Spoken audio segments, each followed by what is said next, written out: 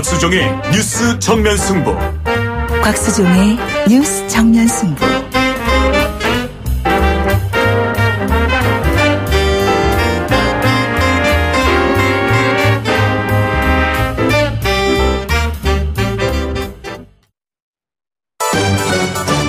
김작이 묻고 곽박이 경제로 답한다.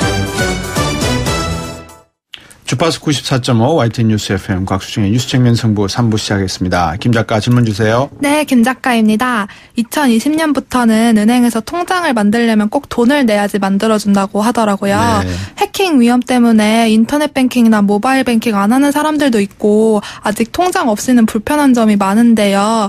은행도 하나의 이윤을 추구하는 기업이라면 고객 돈으로 먹고 살면서 그 흔한 통장도 서비스해주지 않겠다는 건 너무 이기적인 발상 아닌가요? 점점 우리 김 작가가 절 닮아가는 것 같아. 말하는 게 보면은. 그렇죠. 참 이기적인 발상이죠. 정말로. 왜냐 그러면 아무리 온라인화되고 있고 인터넷 뱅킹화되고 있다고 하지만 그래도 아직은 50세 중반 이후 분들 중에서 통장을 선호하는 분들이 많이 계시거든요. 꼭 무엇을 딱 찍었을 때 내게 있다라고 하는 느낌이 들어야 되잖아요. 근데 2020년부터는 5,000원에서 18,000원을 내야지만 만들어준다고 하니까 점점 이제 은행 쪽 입장에서는 우리도 비용이 늘어나고 있다, 수익이 줄어들고 있다, 이제 이런 이야기가 나오는 거죠. 근데 벌써부터 ATM 머신 있잖아요. 숫자가 줄어들고 있죠. 그 다음에 아시겠지만 은행 지점수가 줄고 있잖아요. 그 다음에 은행 지점수가 줄고 있는데다가 사람 수도, 점원 수도 줄고 있죠. 텔러 마켓이라고 하는데, 그러니까 사람들이 줄어들고 있죠. 이런 걸 보면 근본적인 문제는 우리나라 금융시장에 문제가 있는 것 같아요. 우리나라 금융 서비스업이 계속해서 성장할 수 있는 어떤 동적인 요인을 갖고 있지 못하다는 것. 중국만 해도 13억 인구를 바탕으로 해서 온라인 시스템을 바탕으로 해서 인터넷 시스템을 바탕으로 해서 핀테크라든지 크라우딩 펀드를 할 수 있는 여러 가지 새로운 금융 기법들을 소개를 하고 있거든요. 그러다 보면 비용 절감할 수 있는 여러 가지 방법들이 나오고 있어요. 그럼에도 불구하고 우리는 그걸 하지 못하고 있다라는 점. 그건 어디서부터 출발했냐. 사회적 관점에서 놓고 보면 신뢰 사회의 구성이 상당히 취약한 면을 가지고 있다. 우리는 서로를 믿지 못하는 측면이 많이 있기 때문에 이런 온라인이나 인터넷 뱅킹으로 해킹을 이유로 들지만 그런 산업 쪽으로 디지털 산업이 발전하지 못하고 금융 서비스업의 성장 가능성이 오히려 중국에게 밀리고 있다. 그런 측면에서는 우리 금융업이 시장이 점점 줄어들고 있다. 그래서 비용 절감을 해야 된다는 것은 서글픈 이야기라고 저는 생각이 듭니다. 맞습니다. 이기적인 발상이 금융업계에도 늘어나고 있네요. 지금 여러분께서는 경제학자 곽수종 교수가 진행하는 YTN 뉴스 FM 곽수종의 뉴스 정면 승부를 듣고 계십니다.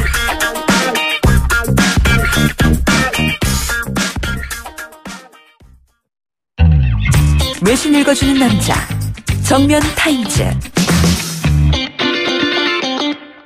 네, 코리아 타임즈의 박시수 기자입니다. 안녕하십니까? 안녕하세요. 네, 사우디아라비아하고 카타르 간의 갈등이 계속되는 모양이죠?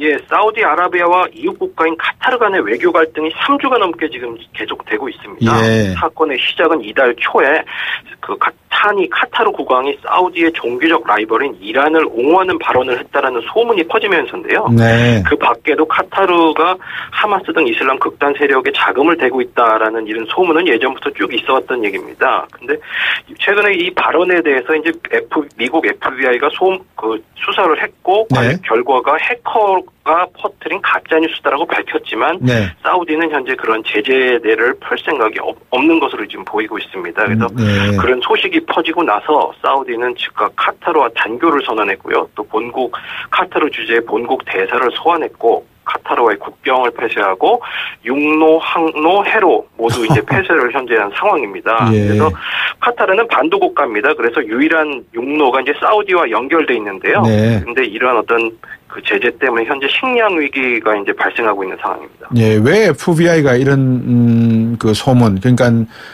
카타르 왕이 사우디의 종교적 라이벌인 이란을 옹호했다 이런 발언을 했다는 게 그 가짜 뉴스가 만들어지고 있고 이런 것들이 FBI가 왜 밝히고 있죠, 미국에? 그러니까 아무래도 이제 미국과의 관계가 이제 중요하기 때문인데요. 네. 결국은 최근에 이제 트럼프 대통령도 사우디를 방문했고, 네. 결국은 이제 중동의 어떤 커다란 어떤 정치적 지형을 움직이는 것이 사우디인데 네. 거기에 어떤 갈등이 발생했기 때문에 미국이 어떻게 보면 적극적으로 개입을 했다고 볼 수가 있습니다. 예. 그래서 이제 오늘 보도에 따르면 그 미국의 틸러슨 이제 국무장관이 이제 곧 이 사태가 이제 계속 진행되면 이제 중동의 어떤 안정성이 저해되지 않겠습니까? 네. 정치적 안정성. 네. 그래서 이제 조만간 카타르 외교장관을 만날 계획이고요. 예. 그리고 또 오늘 또 보도된 거에 따르면 미 의회에서도 나섰는데요. 밥 예. 포커 미 상원 외교위원장이 카타르 사태가 해결되지 않으면 미국의 사우디에 대한 그 군수 물자 판매를 허락하지 않겠다 이렇게 발언을 해서 이제 트럼프 대통령이 적극적으로 좀 개입하기를 좀 촉구를 한 것 같습니다. 청취자 여러분도 들어서 알고 계실 수 있는데 사우디는 수니파라 그러고 이란은 시아파라 그러지 않습니까?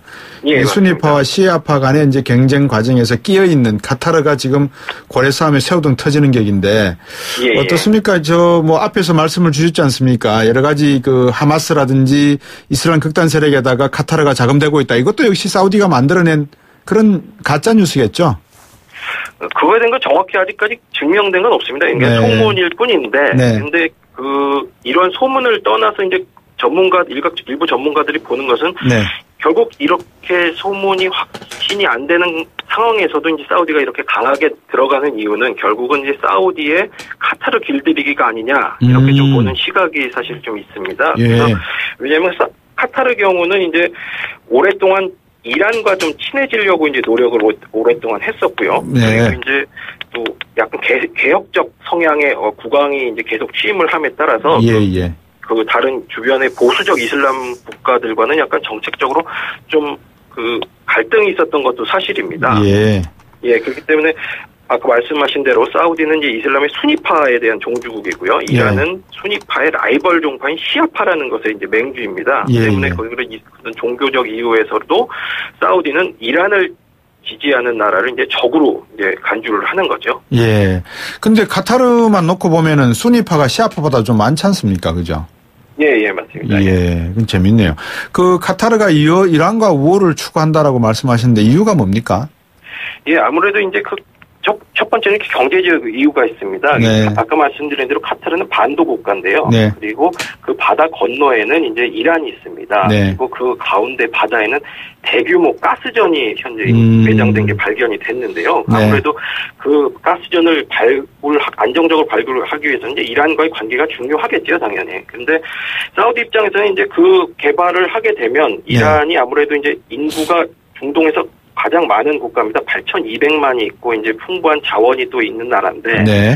만약에 이렇게 카타르와 또 이렇게 경제 개발이 협업이 된다면 아무래도 이란이 경제가 살아날 것이고 네. 그러면 아무래도 중동 지역에서의 본인의 어떤 입김이랄까요? 예. 그것이 이제 줄어들 위험이 있으니까 예. 그래서 아무래도 이런 그 카타르의 이란과의 친해지는 어떤 것을 좀 막아보려는 어떤 그런 시도로도 이제 평가를 하고 있습니다. 예, 청취자분들이 이제 이 카타르를 머릿속에 그리실 때 사우디아라비아의 오른쪽에 붙어 있는 반도국 앞에서 우리 박 기자가 말씀해 주셨습니다만 바로 그 카타르 옆에는 바레인이라고 또 조그만한 섬나라가 하나 있거든요. 그쵸, 그 바다를 건너면 이제 이란이 있지 않습니까? 그죠? 예. 그 카타르 나름도 개혁 정책을 추구하고 있는데 이게 좀 사우디가 조금 언짢은 것 같습니다. 그죠? 예, 그 방금 말씀드린 카타르와 이제 사우디가 관계가 안 좋은 게 어떤 이런 방금 말씀드린 경제적 이유도 있지만요. 네. 또 이제 카타르가 그동안 좀 추구해왔던 이제 개혁 정책과도 이제 또 연관이 있습니다. 네.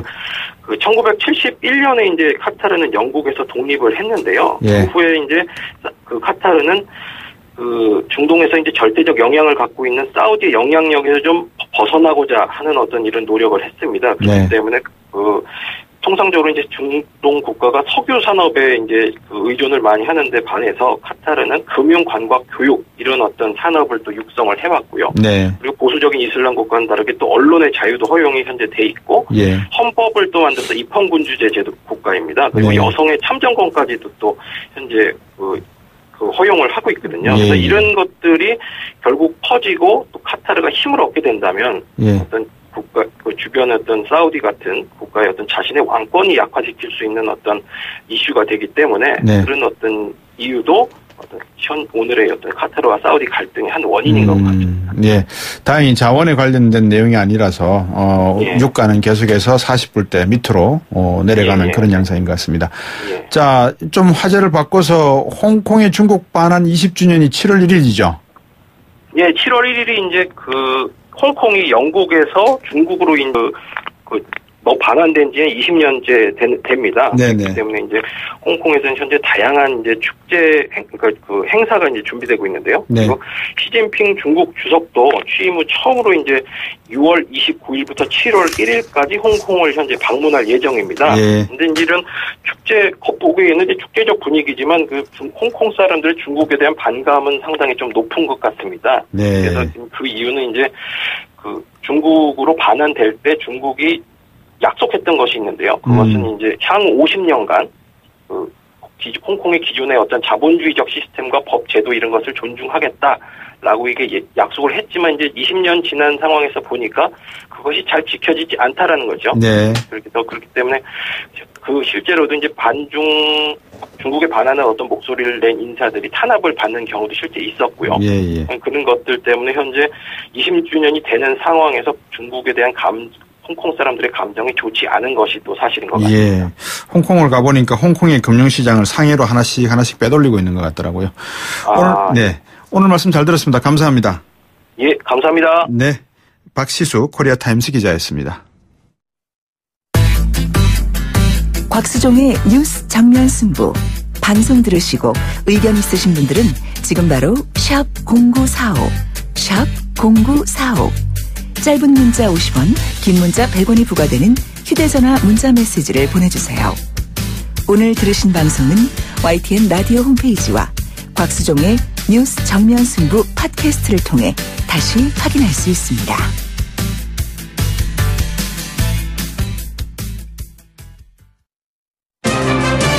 곽수종의 뉴스 정면 승부. 정치 고수들이 펼치는 정치 토크의 향연. 정치 길게 토크바.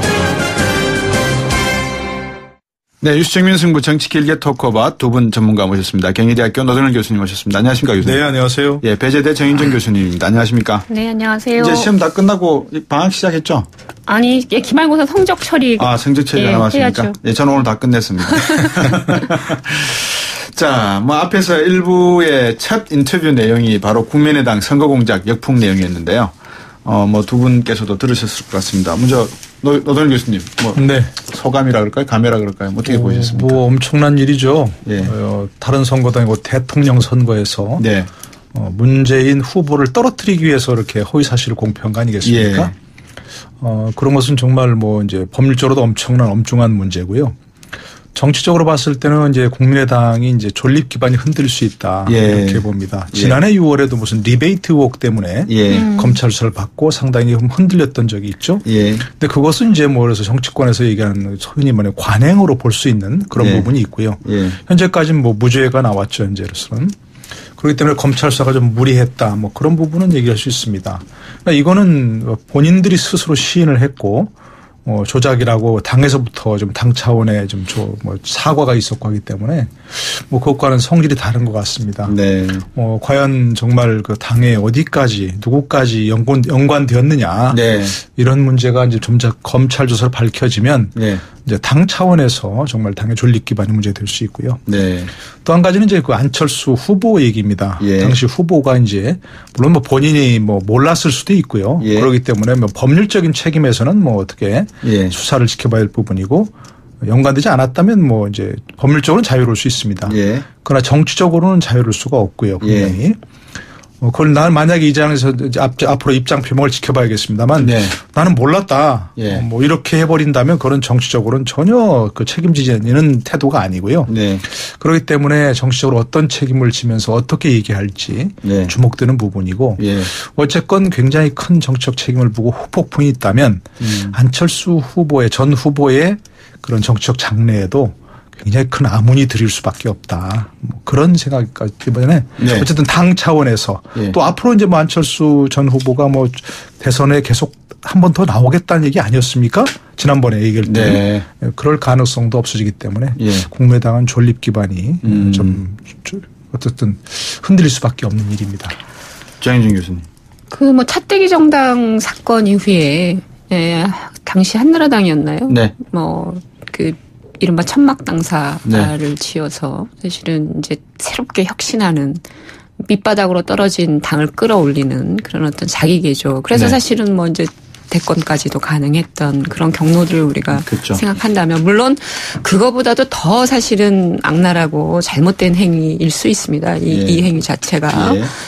그럼에도 불구하고 이제 국민의당 입장에서는 교수님 말씀하신 것처럼 이게 이제 존립 기반이 완전히 흔들릴 것이냐, 당이 완전 공중분해될 것이냐, 아니면 그 천막 당사의 어떤 그 절박한 심정으로 돌아가서 네. 당의 어떤 새로운 어떤 혁신 구조를 만들어낼 수 있을 것이냐, 네. 이게 이제 관건인데요. 저는 이 문제를 다루는 언론과 네. 여러 지금 국민의당 일부 지도부의 대응도 비슷한 맥락인데 이걸 잘못된 방향으로 지금 가고 있다. 물론 이제 안철수 당시 대선 후보의 책임이 사실은 자유롭지 않죠. 지금 교수님 말씀하신 네. 것처럼 정치적 책임을 져야 네. 되고 실질적 법적 책임이 있으면 또 져야 되는데 네. 또 한 축에서 우리가 생각을 해봐야 될 건 뭐냐면 네. 이 문제가 되는 이유미하고 또 그 이준서라고 하는 사람을 누가 영입했냐가 이 문제의 핵심이 아니에요. 네. 누가 그런 일을 하도록 사실은 관리 감독을 제대로 못했느냐가 핵심인 것이죠. 네. 그러니까 이거는 당시 공당으로서 국민의당의 선거 캠프, 당시 중앙 상임선대본부장이 박지원 대표였거든요. 네. 그 당시 모든 선거에 모든 A부터 Z까지 다 박지원 대표가 다 꼼꼼히 챙겼어요. 네. 인사도 사실은 그 와중에 이루어진 누구를 어디에다 배치할 건가 이거를 상임선대본부장이 다 사실은 결정하는 체계였거든요. 만약에 국민의당이 그때 공당으로서 네. 시스템이 있는 운영을 했다라고 하면 실제로 그런 체계를 갖추었을 가능성이 당연한 거 아니겠어요? 네. 그 지휘 체계로 놓고 보면. 네. 근데 박지원 그 전 상임 선대본부장이죠. 네, 그러니까 원탑이죠. 선대위원장. 그분이 오늘 말씀하신 걸 들어보면 자기는 몰랐다. 게다가 안철수 대표도 몰랐을 것이다. 이렇게 얘기하는 것이 사실 이게 맞는 건 모르면 더 문제 아닙니까? 이렇게 중요한 선거에 굉장히 중요한 문제를 불러일으킬 수 있는 이런 활동들을 네. 선대본부장이 상임선대본부위원장이 그걸 모르고 있었다. 저는 이게 공당이 아니었다면 그럼 국민의당은 국민 세금 쓰면서 도대체 선거를 어떻게 치렀단 말입니까? 네. 이런 이제 문제 제기가 가능하고요. 예. 그 중간에 있었던 공보단 단장, 공명선거 선거 추진 본부장부터 시작을 해서 네. 공당으로서의 시스템의 지휘 체계 안에 있는 모든 그 라인에 있는 사람들은 네. 지금 다 나와서 책임을 얘기를 해야 됩니다. 예. 그리고 박지원 대표도 특검하자 그럴 게 아니라요. 본인이 어디까지 알고 있었고 어떤 책임을 져야 하는지를 스스로 국민 앞에 얘기를 해야 됩니다. 네. 그러니까 이게 사실 국민의당의 현실적 모습이고 사실 이렇게 지난 선거를 치렀기 때문에 선거에 당연히 패배할 수밖에 없었던 거 아니냐. 예. 그걸 보여주고 있는 거거든요. 예. 그래서 안철수 후보의 책임을 따지는 거는 다른 문제고 예. 이유미와 이준서를 누가 영입했느냐가 중요한 문제가 아니라고 하는 점입니다. 예. 이들이 누구의 지위를 받아서 당시 선대본에서 활동을 했느냐가 중요한 거죠. 네. 그렇다면 그 조직 체계에 있었던 모든 사람들이 네. 책임을 져야 되는 거고요. 예. 국민의당 지금 진상조사단 꾸린다고 하는데 네. 거기서부터 따져 물어야 됩니다. 박지원 대표 자유로울 수가 없어요. 예. 지금 한가롭게 인터뷰하실 때가 아니란 말이죠. 국민 앞에 나와서 사과하시고 모른다고 넘어갈 문제가 아닙니다. 이 문제는. 예. 오늘 그 첫 번째 인터뷰 다음에 이제 첫 번째 인터뷰 때 제가 김관영 의원이었나요? 잠깐만요. 제가 이름을 김관영 의원. 네, 맞습니다. 진상조사단 단장이죠. 네, 진상조사단 단장. 그분한테 여쭤봤어요. 이게 저도 이제 약간 좀 방금 정현정 교수님보다 아직까지 정치적으로 이렇게 뭐라 그럴까요? 전문가가 아니라서 냉정하게 여쭤보지를 못하고 정말 좀 화도 나고 이게 공당 국민의 세금으로 당을 운영하고 있다는 말씀에 너무 저는 선거 보조금을 받잖아요. 그럼요. 선거 네. 보조금으로 사실 당을 만든 당이에요. 이 당이 76억을 받아서 그런 당이 젊은이들을 이야기하고 사회초년생들에게 이런 끔찍한 발상을 할 수 있는 사람을 앉혀놓고 최고위원을 만들고 공천심사 과정에서 이유미가 들어가 있었고 이런 사람이 후보로 나오기도 했었고 이게 과연 공당으로서 가능한 그거는 일인가? 조금 바로잡을 필요가 있는데요. 예. 이유미 씨는 네. 그 특정 그 여수 지역의 예비 후보로 신청을 했고요. 네. 그 선거 그 공천 심사에서 떨어졌지요. 그래서 떨어졌죠. 떨어졌고요. 예. 그거는 뭐 이제 본인의 출마의 자유는 있었고 그때는 그렇다고 보여지고 그리고 최고위원으로 영입한 것도 사실은 그 이준석 같은 그 청년 CEO들이 당시에 상당히 또 의미가 있었던 때가 있어서 그들을 영입한 것은 실제로 제가 볼 때는 그때 그 시점에서는 필요했었을 수 있어요. 근데 이들이 공당에 들어와서 어떤 방식으로 어떻게 활동했는가에 대한 나름대로의 책임 체계가 존재하는 거잖아요. 네. 근데 그 체계가 하나도 가동이 안 됐다는 얘기예요, 결국은. 2부에서 말씀을 그 부분에 대해서 좀 더 구체적으로 나눠볼 필요가 있는 것 같습니다. 과연 사람만 불러들인다고 해서 이미지에 맞는 사람을 불러들인다고 해서 그 정당의 정권 창출의 목적과 부합되는 건지 등에 대해서 한번 말씀 나눠보겠습니다. 4부에서 이어가도록 하겠습니다.